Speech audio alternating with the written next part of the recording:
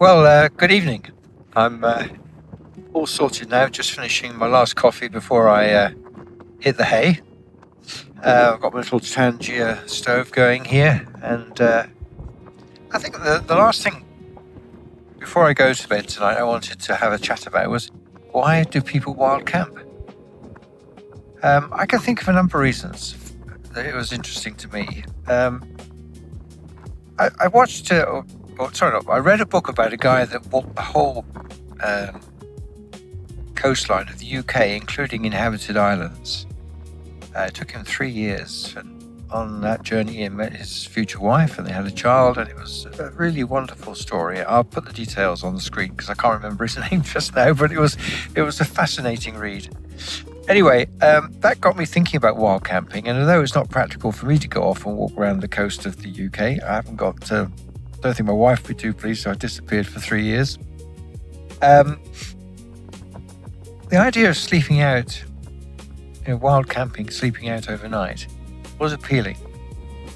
I quite enjoyed doing all the research and then buying all the equipment, and I tried to be reasonably canny about that. If I learnt anything, is do your research.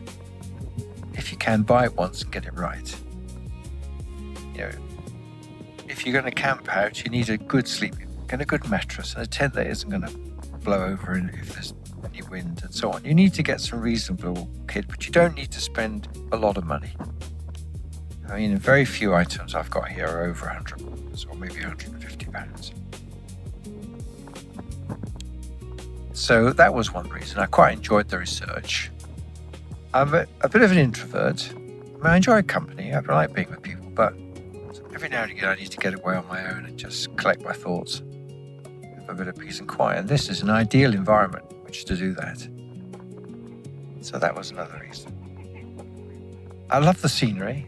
I mean, the only way to see this countryside is to come out into it.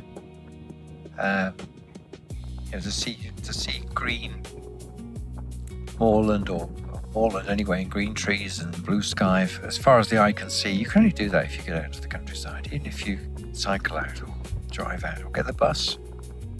I think I quite like the jeopardy. Things can go wrong. I mean, the first night I camped, I absolutely froze to death. I was shivering in my sleeping bag, absolutely shivering with cold, wondering what the hell I was going to do. It's quite nice this evening. A bit blowy, but it's a lot different than it was back in January. But so the jeopardy is part of it, and also the fact that it's not strictly legal. Although I think my thoughts on that is that people are going to wild camp whatever you do. So if you make a video like this and you behave responsibly, and leave no trace and all those sort of things, and encourage people to do wild camp in that way, then I think it's a win-win.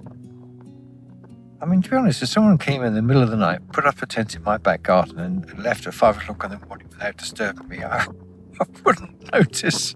So, we're not doing any harm.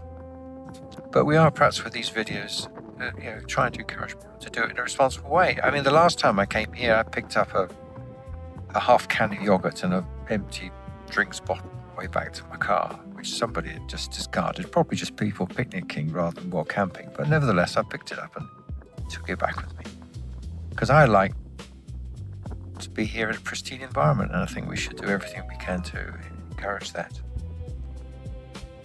So those are my reasons for wild camping.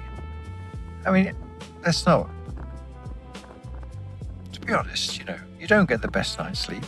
You do get to sleep, but it's not the best night's sleep. It's the sort of sleep you might get on a long journey on a train or a plane or something, But you do get to sleep. You're not lying there awake all night.